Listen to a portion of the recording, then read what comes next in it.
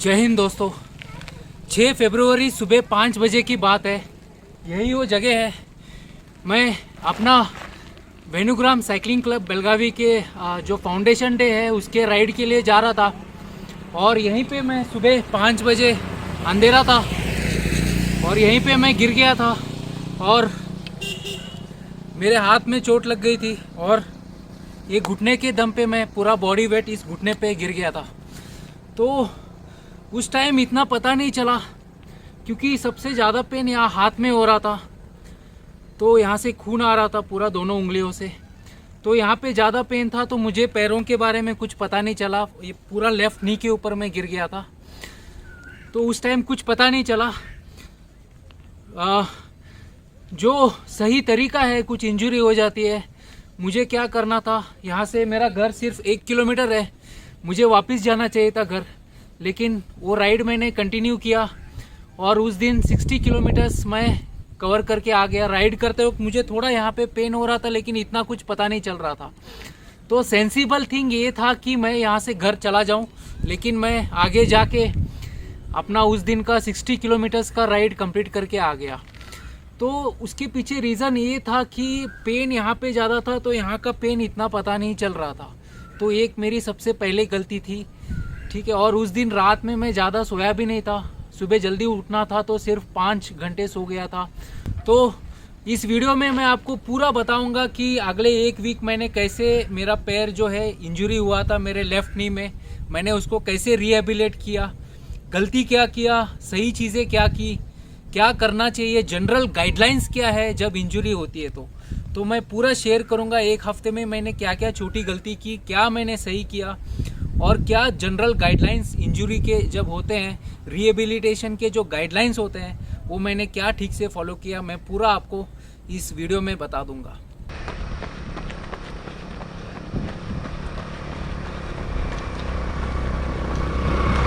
दोस्तों नेक्स्ट दिन मैं यहाँ पे ग्राउंड में आया, वार्म अप किया थोड़ा सा स्लो। तो उस टाइम मुझे कुछ नहीं पता चला। फिर मैं लॉन्ग रन करने चला गया, थोड़ा सा हिली रूट है, पहाड़ी रूट है। तो वहाँ पे 10 किलोमीटर्स तक मुझे कुछ भी फील नहीं हुआ, लेकिन जब 10 किलोमीटर के बाद में धीरे धीरे लेफ़्ट नी में पेन होना स्टार्ट हो गया और वो अनबियरेबल पेन था, बहुत ज़्यादा पेन होने लग गया। नेक्स्ट डे जब मंडे में 7 तारीख को मंडे मॉर्निंग जब मैं लॉन्ग रन करने लग गया तो 10 किलोमीटर्स के बाद मुझे बुरी तरह से पेन होना स्टार्ट हो गया, अनबियरेबल पेन। तो मैं 10 किलोमीटर तक आगे पहुंच गया था तो रिटर्न भी आना था, तो मुझे 6 किलोमीटर किसी भी तरह वॉक करके रिटर्न आना पड़ा, वॉक करके, रन वॉक करके। तो अगले दिन मंडे के दिन मुझे पता चल गया कि मेरे को सीरियस कुछ इंजरी हुई है मेरे लेफ़्ट नी में। तो दोस्तों कोई भी जब इंजरी होती है उसके 3 स्टेजेस होते हैं। सबसे पहला स्टेज होता है acute stage. Acute stage injury होने के बाद 24 घंटे तक होता है जब तक ब्लीडिंग रुकता नहीं है। तो ये 24 घंटे तक का होता है एक्यूट स्टेज और ये बहुत ही क्रिटिकल स्टेज होता है, बहुत ही क्रूशियल स्टेज होते हैं पहले 24 से 48 घंटे। तो मैंने जो पहला क्रिटिकल स्टेज है उसमें एक बड़ी गलती करी कि मैंने उसको रेस्ट नहीं दिया, उसमें 60 किलोमीटर्स का साइकिलिंग किया और अगले दिन 16 किलोमीटर का लॉन्ग रन किया। तो जब हम पहले एक्यूट स्टेज में कुछ गलती करते हैं, पहले 24 घंटे में एक्यूट स्टेज में हम अगर कुछ गलती करते हैं उसके ऊपर फिर लोड डालते हैं इंजरी के ऊपर, तो इंजरी जो है फिर से एक्यूट स्टेज में चली जाती है दोस्तों। तो दोस्तों ये मेरी पहली गलती थी कि मैंने अगले दिन जो है मंडे को रेस्ट देना चाहिए था। अगर मैं रेस्ट दे देता पूरा तो 100% मेरा इंजरी कम हो जाता, लेकिन मैंने अगले दिन भी 16 किलोमीटर वर्कआउट किया। तो दोस्तों एक्यूट स्टेज के बाद जो सेकेंड स्टेज होता है उसको मिडिल स्टेज बोलते हैं। ये होता है 24 घंटे से लेके 48 घंटे तक और इसमें ब्लीडिंग रुक जाती है। अगर हम इस 48 घंटे में, 24 घंटे से 48 घंटे में अगर हम ठीक से केयर नहीं लेते हैं तो जो है वो जो है ब्लीडिंग फिर से शुरू हो जाती है, फिर एक्यूट स्टेज में पहुंच जाती है इंजरी। सबसे जो आखिरी स्टेज होता है उसको फाइनल स्टेज बोलते हैं, वो 48 घंटे के बाद होता है। और अगर हम इन पहले 48 घंटे में ठीक से केयर नहीं लिया तो इंजरी जो है ठीक होना बहुत ही मुश्किल हो जाता है। तो दोस्तों मैं ट्यूसडे आया, ट्यूसडे को भी मुझे फुल रेस्ट लेना चाहिए था, लेकिन ट्यूसडे को भी मैंने 1 घंटा रन वॉक किया, 100 मीटर रन करता था स्लो जॉगिंग और 100 मीटर वॉकिंग करता था। लेकिन ये भी गलत था, मुझे पूरा रेस्ट देना चाहिए था ट्यूसडे के दिन। लेकिन फिर भी मैं इतना ज़्यादा लोड नहीं दिया, रन वॉक किया 1 घंटे के लिए, उसके बाद थोड़ा सा एक्सरसाइज किया, स्क्वाट एकदम स्लो एक्सरसाइज किया। ये चीज़ बहुत ही इंपॉर्टेंट है, जब भी इंजरी हो जाती है कोई भी हाई इंटेंसिटी वर्कआउट नहीं करना चाहिए, और एक्सरसाइज कोई भी जब करते हो तो थोड़ा स्लो करना चाहिए। स्लो करने से पैरों में स्ट्रेंथ आ जाती है, और ज़्यादा फास्ट नहीं करना चाहिए, नहीं तो इंजरी फिर हो सकती है। तो मैं ट्यूसडे के दिन रन वॉक किया, वेडनेसडे को भी 1 घंटा रन वॉक किया। ऐसा मैं लगातार 4-5 दिन रनिंग वॉकिंग करता रहा, स्लो स्लो स्लो। तो लगभग 1 घंटा 100 मीटर रनिंग और 100 metre walking slow run walk करता था। अगर आपको रन वॉक क्या है जानना है, तो ज़्यादातर एथलीट्स जो होते हैं इंजरी से जब रिटर्न होते हैं या इंजरी होती है तो वो रन वॉक मेथड से ही वापसी करते हैं।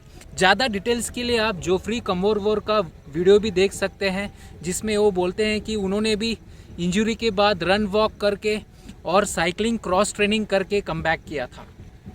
तो दोस्तों, जब भी इंजरी होती है तो हमें क्या करना चाहिए, सबसे इम्पोर्टेंट है रेस्ट।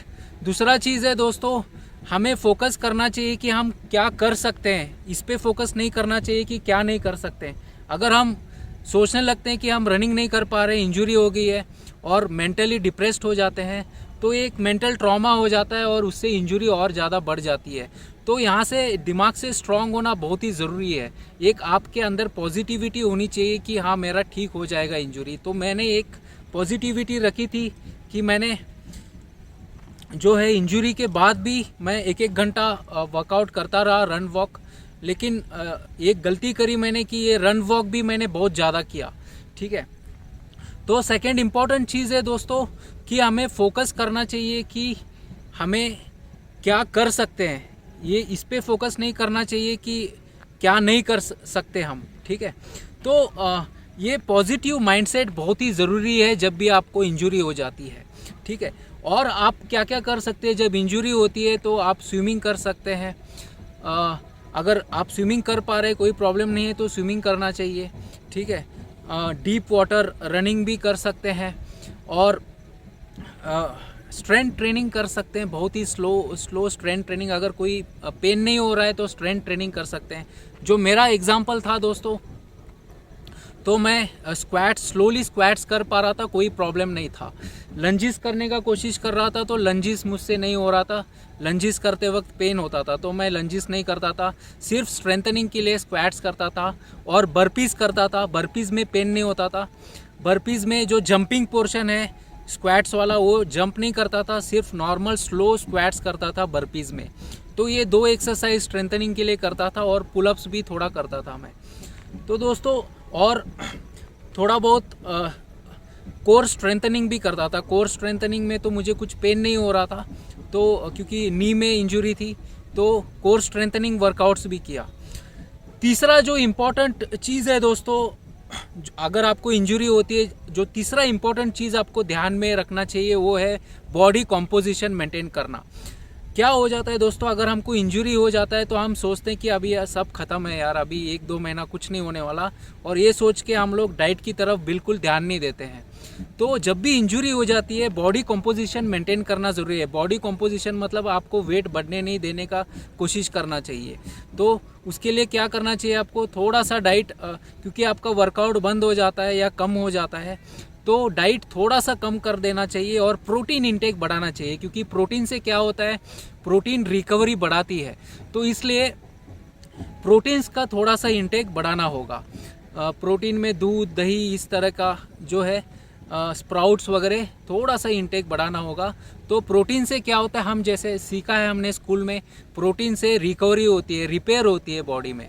तो प्रोटीन इंटेक थोड़ा सा बढ़ाना चाहिए, कार्बोहाइड्रेट हल्का सा कम करना चाहिए। और मेन इम्पॉर्टेंट चीज़ है, जब भी आपको इंजरी होती है तो जंक फूड नहीं खाना चाहिए। हम क्या सोचते हैं, अभी इंजरी हो गया, सब कुछ ख़त्म है, खेल ख़त्म है, हम ये सोच के हम लोग जो है स्वीट्स खाना, कुछ भी जंक फूड खाना स्टार्ट कर देते हैं जो भी मिलता है, क्योंकि हम ये थोड़ा सा इमोशनली ट्रॉमेटिक हो जाता है हमारा माइंड, तो ये सोच के हम लोग डिप्रेशन में कुछ भी खाना स्टार्ट कर देते हैं। वो बिल्कुल गलत है। उससे क्या होगा, आपका वेट भी बढ़ेगा और आपका जो इंजरी का रिपेयर जो होना है, जो आपके टिश्यू डैमेज हुए है वो नहीं होता है, उल्टा आपकी इंजरी और बढ़ने लगती है उससे। ठीक है, तो दोस्तों उसके बाद और चीज़ें जो हमको बताया जाता है कि राइस ट्रीटमेंट लो। राइस ट्रीटमेंट जैसे रेस्ट जितना इजी माना जाता है उतना इजी नहीं है। रेस्ट मतलब प्रॉपर रेस्ट लेना ज़रूरी है, एटलीस्ट 2 दिन। मैंने गलती किया कि मैं कंटिन्यू वर्कआउट करता रहा। सिर्फ जब मैंने संडे को 13 तारीख को जब मैंने प्रॉपर रेस्ट लिया, पूरा रेस्ट लिया, कुछ वर्कआउट नहीं किया, सैटरडे इवनिंग और संडे पूरा दिन मैंने जब रेस्ट लिया, तब जाके मेरा मंडे को जो है वर्कआउट मैं कर पाया और 5 किलोमीटर मैं उस दिन लगा पाया 3:50 के पेस से, थोड़ा फास्ट कर पाया।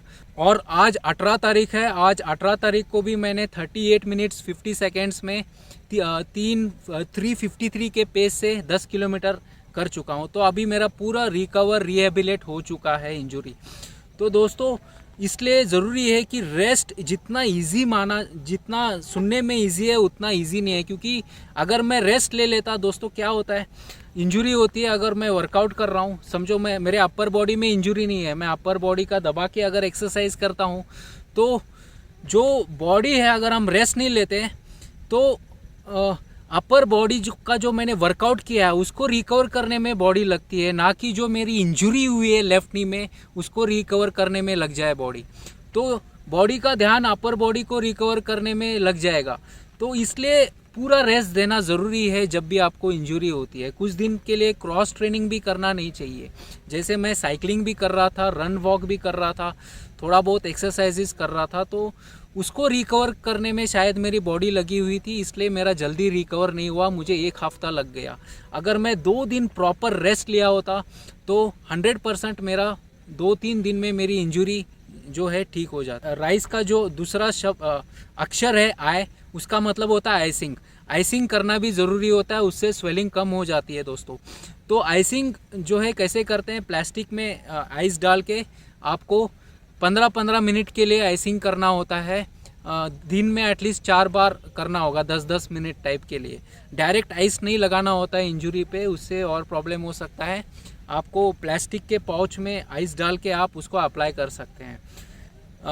राइस का तीसरा अक्षर जो है वो है कॉम्प्रेशन। कॉम्प्रेशन मतलब जो क्रेप बैंडेज वगैरह मिलता है मेडिकल शॉप में, जो क्रेप पट्टी मिलती है उससे आपको रैप करके रखना होता है। ज़्यादा टाइट रैप नहीं करना होगा, हल्का सा जो है रैप करके इंजरी की जगह पे आपको बांध के रखना होगा, उससे भी स्वेलिंग कम हो जाती है। राइस का जो आखिरी अक्षर है ई, उसका मतलब है एलिवेशन। एलिवेशन का मतलब है आपका जो इंजर्ड पार्ट है उसको थोड़ा एलिवेट करके, यानी ऊंचाई पे रख के रेस्ट करके रखना होगा, उससे भी जो है आपका स्वेलिंग जो है कम हो जाता है। तो ये राइस ट्रीटमेंट बिल्कुल ही काम करता है। ये मतलब लगभग हर इंजरी में इसको अपनाया जाता है और जो है जनरली ये काम करता है।